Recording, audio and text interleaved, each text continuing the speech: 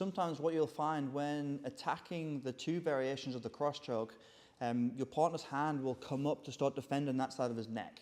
Okay, this is going to allow us to start looking towards our chest pin triangles and our chest pin arm bars and stuff like that, which we'll look at in the course of the next couple of videos from here. So ultimately what I'm looking to do is keep his hand that's defending the choke glued to his chest, allow me to have control of both arms with this nice figure 4 grip that I'll have, opening and closing my legs over the shoulder and finishing with the triangle like we did in the first video. So I've entered to the overhook. No matter which way you prefer, I can go over here and I make a connection to the lapel. I create my angle here, okay? I go towards the choke, but sometimes your partner will bring that hand up into place. Now, this is just blocking this side of his neck from any sort of pressure. Can't make a grip of the lapel with my fist. So instead of trying to fight for that positioning, I'm just going to control my partner's wrist with my right hand and glue it towards his chest. So I make a grip and I pin, okay? Another little tip is I don't like to leave my right elbow flared out because now I have to use more muscle energy than I do just frames. So I took my elbow in and now all this weight is going through my forearm and I don't have to use any energy here. And once I've made this connection, I release the lapel and I'm connecting to my own wrist. Okay, making sure that I'm keeping my left elbow pinned.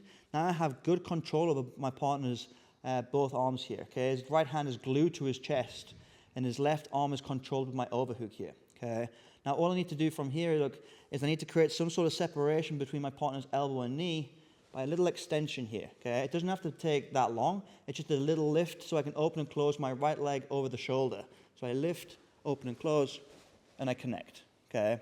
Once I'm here, I can start working to finish my triangle. It doesn't matter if his hand's inside, I can still finish the triangle with the hand inside. Anything more than the hand, whether it's the forearm, the elbow, or the shoulder, has to be addressed immediately. Otherwise, we end up back in the closed guard and my partner's escaped the submission. So I connect, glue the hand to the chest, and cross my feet over the shoulder. As soon as I get to here, I'm a bit too heavy towards my right hip, so I have to start bringing my hips back to center. Now I can start addressing the triangle and start setting it up from here. Again, pinching the knees, elevation of the hips, and now I sink my hips to the floor and I have a big hamstring curl connecting towards my shin, create my angle, and I finish my triangle from here. Again, when you're practicing with your partners, just be mindful that their hand is still trapped sometimes, so it might be a bit more difficult to tap if you don't feel this one tapping your arm here, okay? So again, 1, 2, I've created my angle. I want to initially go for the first one.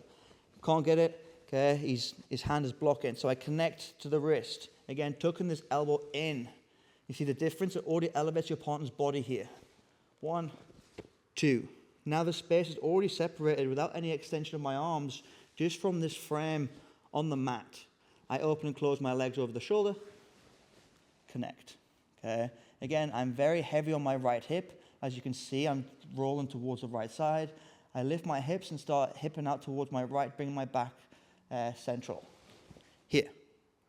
Once I've centered, I can release the grip, elevation of the hips, pinching the knees. I redirect the arm across, and now I make my secondary control of the shin before I release my primary here, okay?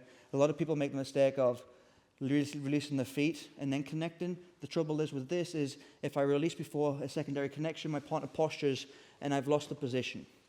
So once I'm here, make your connection. Now we create angle, beat the shoulder line, and then we have our finish with our triangle from here. 1, 2, just defending, lock into position, control my wrist, tuck that elbow in from here. Open and close over the shoulder.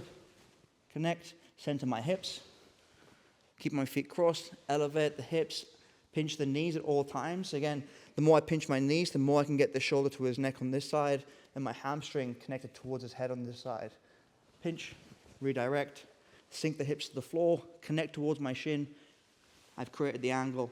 Now I lock up my triangle and get the tap. And that is your chest pin triangle. Again, the detail with the elbow here is tucking that elbow in, so now your partner's weight is just bearing through the forearm, not wasting any of my own energy. Sometimes if you allow that arm to flare, you're using your tricep and your bicep here to keep your partner away, so I make sure I just use my frames, save my energy, and I can start working other attacks if need be.